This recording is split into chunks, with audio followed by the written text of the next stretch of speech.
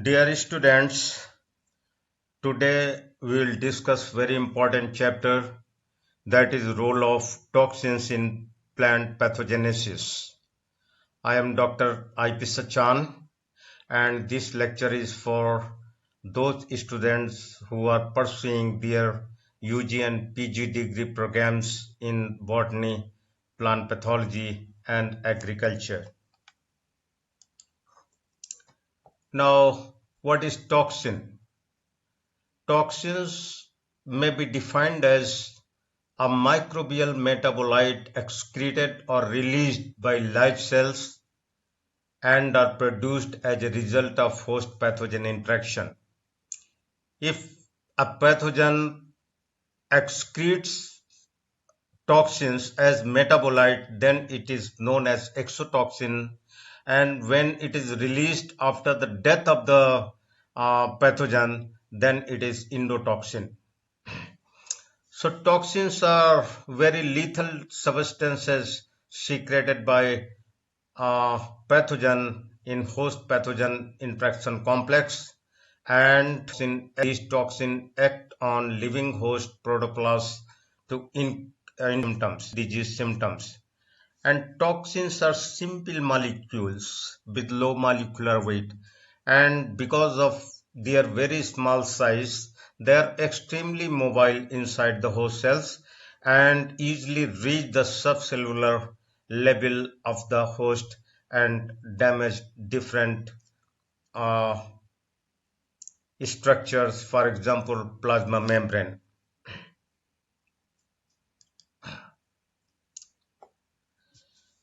The concept of toxin was given by Anton de Berry, a German scientist, in 1886. And first of all, he recognized that a toxin produced by pathogen can destroy the cells of the host. And he claimed that oxalic acid produced by Sclerotinia, a species of the fungus, was responsible for the killing of the cells of the host plant. Then government in 1954 quoted that microorganisms are pathogenic only if they are toxigenic.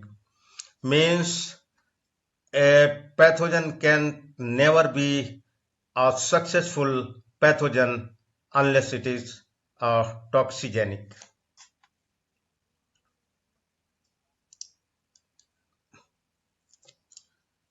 Let we come to the hypothesis of toxin according to Luke and Wheeler 1956. Toxin must fulfill three criteria. First one is that a toxin should produce all symptoms characteristic of the disease. Means an absence of pathogen. If a host plant is subjected to a toxin must produce same symptoms as are produced by pathogen. And second one is sensitivity to toxin will be correlated with susceptibility to the pathogen. And third criteria is that toxin production by the pathogen will be directly related to its ability to cause the disease. So Victorin is the classical example which fulfills all the requirements of being a true toxin. Victorin is a metabolite of Cattleya victori or Helminthosporium victori, and it causes the Victoria blight of oat. And except Victorin, a vast majority of the toxin associated with the plant disease fails to exhibit all above characters. Let we come to the classification of toxin. On the basis of origin, toxins may be classified into three categories: pathotoxins, phytotoxins, and vivotoxins. And on the basis of host specificity, toxins are of two types: host-specific toxins and non-host specific toxins. This one host specific are known as HSTs and non-host host-specific toxins are known as NHSTs. Host toxins, host-specific toxins are known as selective toxins or host-selective toxins, and non-host specific toxins are known as non-host selective toxins or non-selective toxins.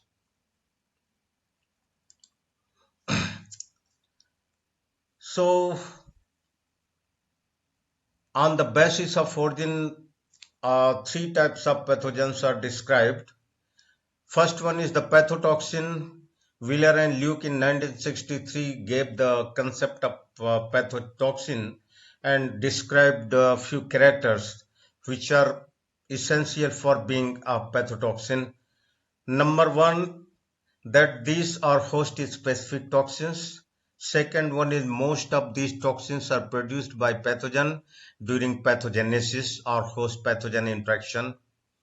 And these toxins play a major role in disease development, and these toxins produce almost all the characteristic symptoms of the disease.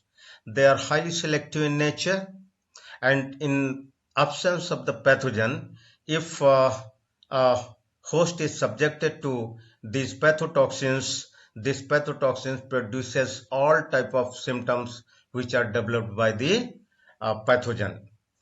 Example is Victorin, produced by Helminthosporium victoria and causal agent of Victoria blight of oat. And second type is Vivo. The concept of Vivo was given by Diamond and Wagner in 1953, and it is usually non-specific or non-selective toxins. Usually means a majority of these vivotoxin is non-selective and are produced in infected host by pathogen or it host which functions in production of the disease. And these toxins are not causing or inciting agent of the disease in itself. They may cause few symptoms of disease but cannot cause all symptoms of disease. Fusaric acid produced by Fusarium, Lycomerisman, this is secreted by Fusarium oxysporum lycopersicae in tomato. It's a tomato wilt pathogen. And Pyrrhuclarin, the pathogen of blast disease of rice, Pyrrhuclaria oryzae.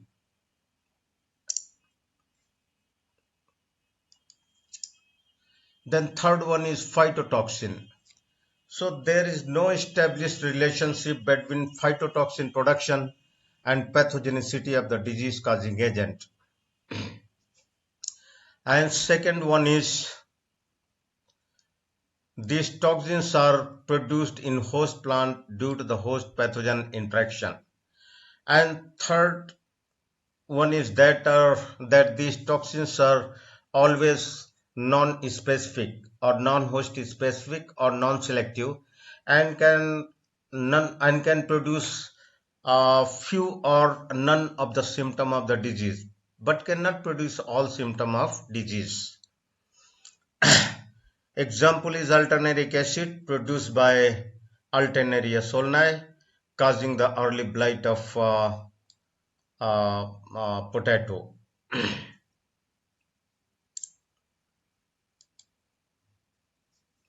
Let we come to the non-host specific toxins. There are three characters of non-host specific toxins. These are metabolic product of the pathogen. These toxins are produced by pathogen. And second one is these toxins don't have host specificity. Means they can produce symptoms on unrelated plant species also. And it affects the protoplasm of many unrelated plant species that are normally not infected by the pathogen. So these are three characters of non-host specific toxins, and examples are taptoxin, tentoxin, cercosporin, phagiolotoxin, alternaric acid, and pyrrhuclarin. Let me describe three toxins which are non-selective or non-host specific in nature. First one is Taptoxin. Taptoxin is produced by a bacteria named as Pseudomonas syringae pathovariety tabaci, causing the wildfire blight of tobacco. And it was first reported by Johnson and Marvin in 1925.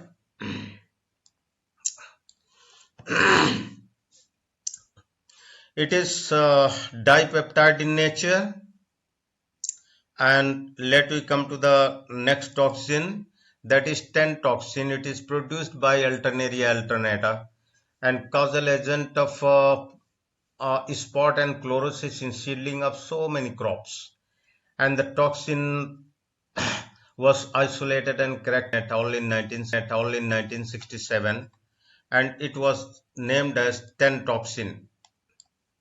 It is tetrapeptide in nature.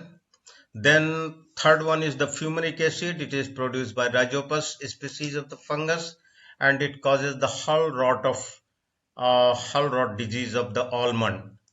And fumaric acid has one specificity, that it is translocated from diseased fruit to the adjacent leaves and branches.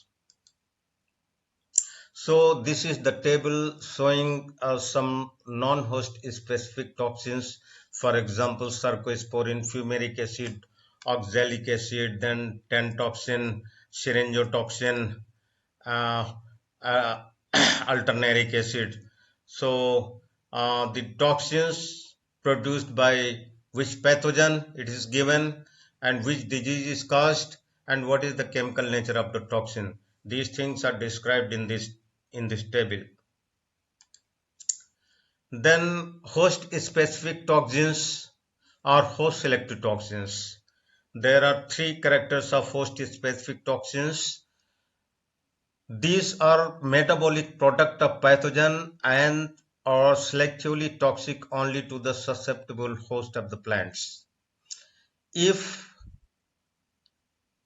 the plants that are not susceptible to the pathogen producing the toxin, these non-selective toxins does not produce any type of symptoms or induce any type of symptoms. And second one is host specific toxins, if selectively affect only plants that are susceptible host of the toxin producing microbial pathogen. And third one is that host specific toxins are essential for disease development. Means a pathogen that cannot produce these toxins cannot induce the symptoms of the disease in the susceptible host. And examples are Victorin or HV toxin, then T toxin, AK toxin, AM toxin, HMT toxin, and amyloverin. This is the molecular structure of Victorin.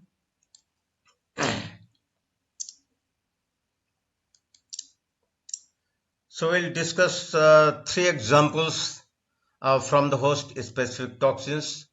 Number one is most documented and most studied and most understood toxin, that is the Victorin or HV toxin. It is the first host specific toxin, and it was reported by Murphy, Meehan and Murphy in 1947. Meehan and Murphy. It is produced by Helminthosporium victori, causing Victoria blight of foot, and this toxin changes the cell wall structure and thus allows the uh, leakage of electrolytes, water, and nutrients from the cell.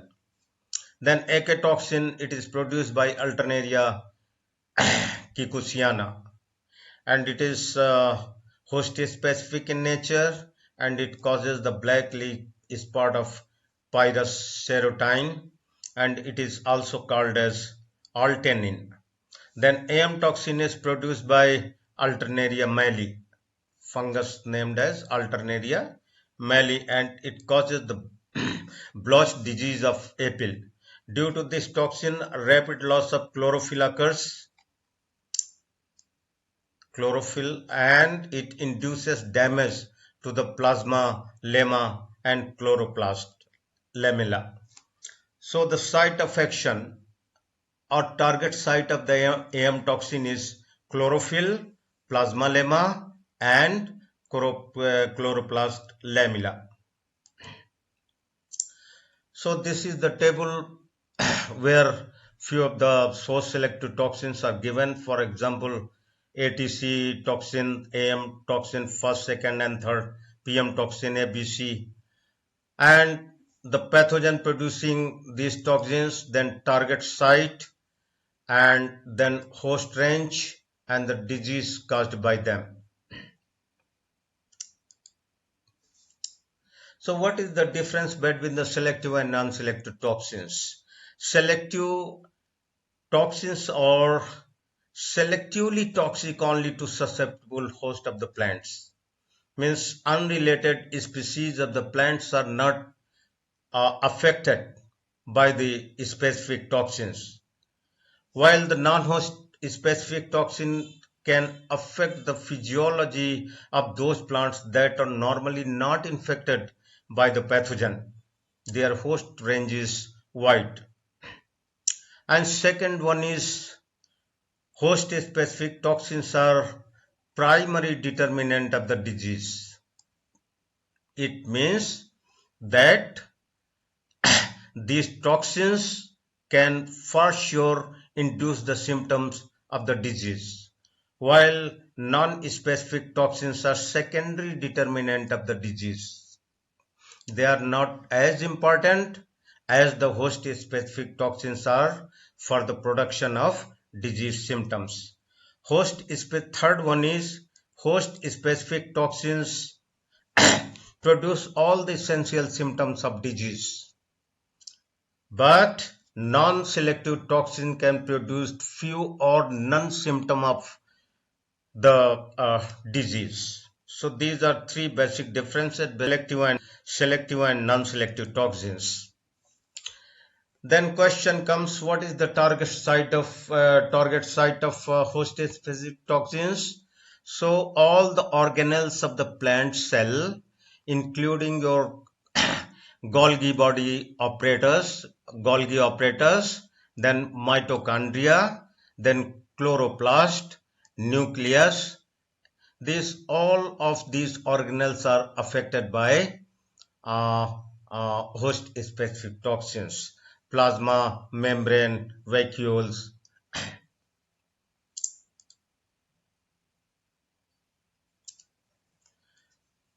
Let me know what is the effect of toxins on host tissues.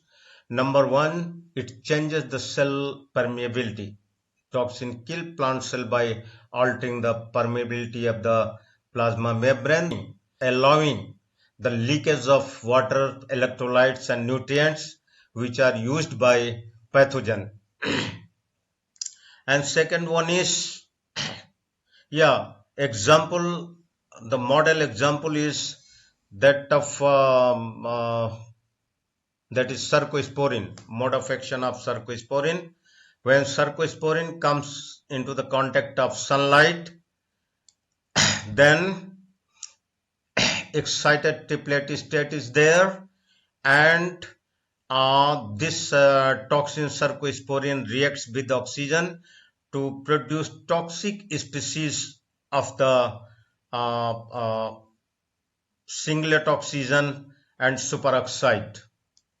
These are toxic species of oxygen, and ultimately there is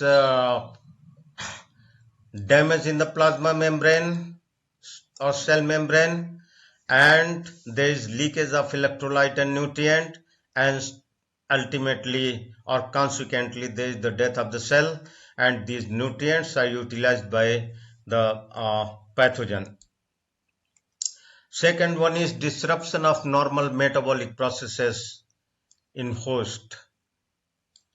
So increased respiration rate, then disturbed photosynthesis, so many and malfunctioning of enzyme system, so many changes are brought about due to the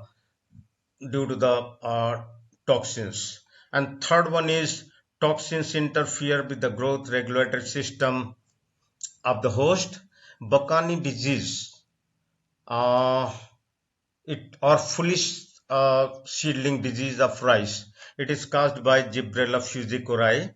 Gibberella fusicorae is the perfect stage, and imperfect stage is a Fusarium molliforme. And this toxin, actually, this pathogen alters the hormonal balance in paddy seedlings. So this is all about toxins. Well, students, please like, share, and subscribe my channel. Thank you.